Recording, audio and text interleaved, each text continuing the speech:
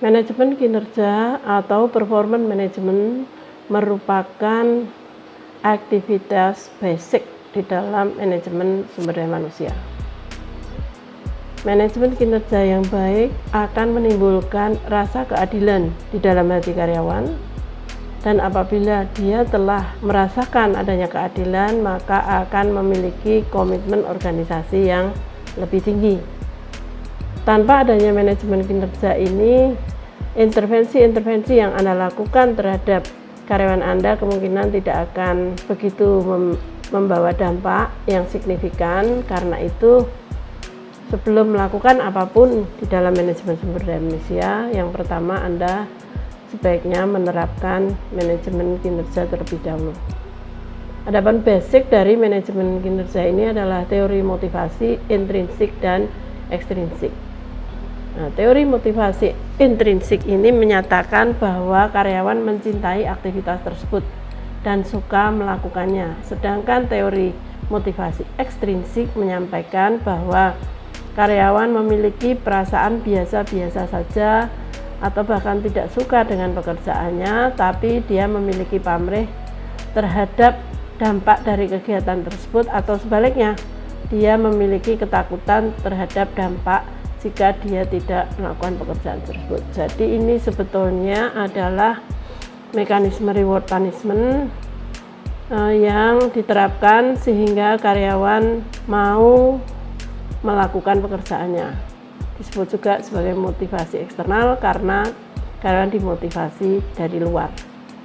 Nah, memang motivasi eksternal kurang begitu baik dibandingkan dengan motivasi internal, namun setidaknya itulah yang bisa kita lakukan terkait dengan cara memotivasi karyawan. Dan dalam bahasa Jawa ada pepatah witing tresno jalaran saka kulino. Itu tidak hanya berlaku untuk sepasang kekasih, tetapi juga bisa berlaku di dalam dunia kerja.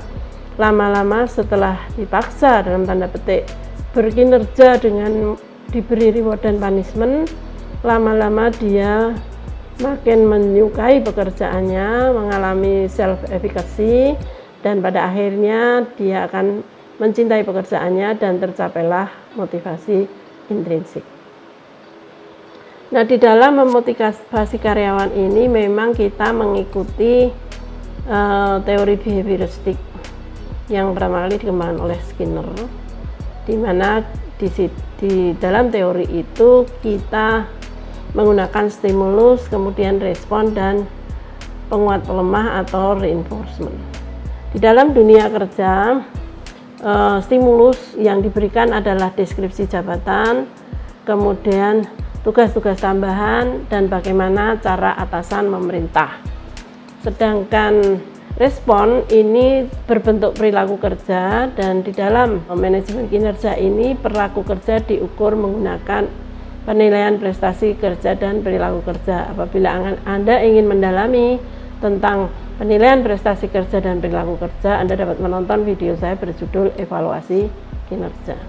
Nah, apabila hasil evaluasi kinerja ini positif, tinggi, maka karyawan akan mendapatkan penguat, yang berarti adalah bisa berupa insentif atau bonus, kemudian kenaikan gaji ya, terutama apabila dia berprestasi selama kurun waktu tertentu, kemudian dia mendapatkan fasilitas dan jaminan yang terangkum di dalam benefit ketika dia berada dalam grade tertentu atau naik ke grade yang lebih tinggi, kemudian dia mendapatkan promosi jabatan karena kinerjanya bagus, dan juga karyawan bisa dikirim untuk mengikuti konferensi, untuk mengikuti pertemuan-pertemuan di dalam maupun luar negeri, mengikuti seminar dan kesempatan-kesempatan lain yang tersedia di dalam organisasi.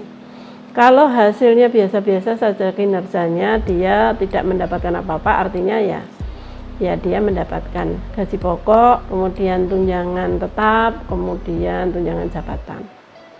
Sedangkan kalau hasil kerjanya rendah, kinerja rendah itu karyawan kemudian mendapatkan punishment atau pelemah, Nah, pelemah ini semuanya terangkum di dalam peraturan organisasi atau peraturan perusahaan. Jadi di dalam peraturan perusahaan Anda harus bisa memastikan kinerja yang rendah selama berapa lama itu akan mendapat surat teguran, kemudian mungkin berapa kali terserah, kemudian apabila masih tetap rendah akan mendapat surat peringatan, dan kemudian diperberat punishment-nya itu menjadi sanksi, dan lebih berat lagi dia akan mendapatkan demosi, turun jabatan, dan yang paling berat dari punishment-nya adalah PHK. Demikian sekilas mengenai manajemen kinerja.